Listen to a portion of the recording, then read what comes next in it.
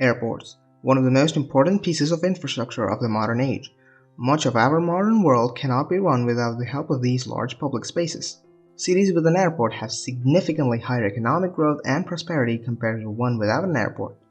They enable transport of produce and goods from one part of the world to the other, regardless of whatever terrain there may be in between.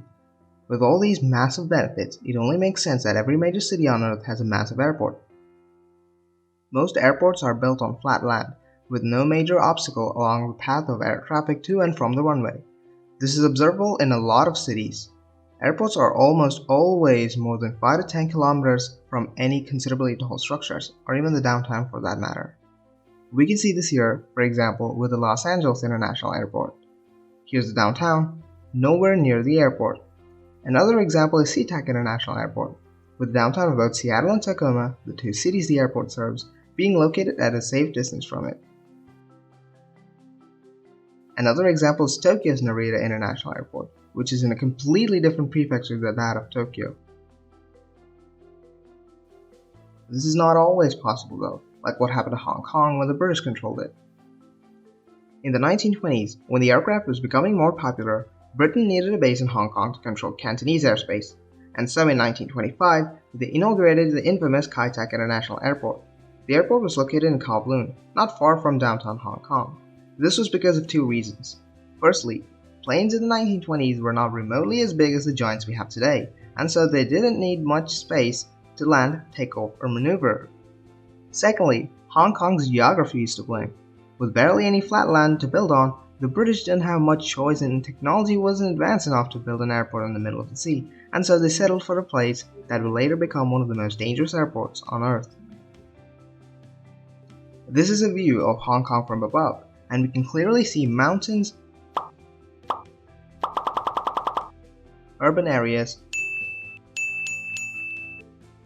and that's it. There's not a single patch of flat, unutilized land for a new airport. In fact, only 15% of Hong Kong's land is usable for any sort of construction. This is also the reason Hong Kong has the most number of skyscrapers on Earth, with over 480 completed. That's over twice as much as Dubai. As time went on, airplanes got bigger, and so the airports needed to get bigger as well. With no space to expand, the only runway was extended by reclaiming land to accommodate larger planes. Hong Kong became a huge hub for cargo and passenger traffic and later reached a choke point where it was literally the only factor hindering the city's economic development. This wasn't the only problem. Although the size was small for how much it handled, there was another major flaw with the airport's design. This is an aerial view of the Kai Tak International Airport, and we can clearly see the mountains and high-rise apartment buildings very close to the runway approach path.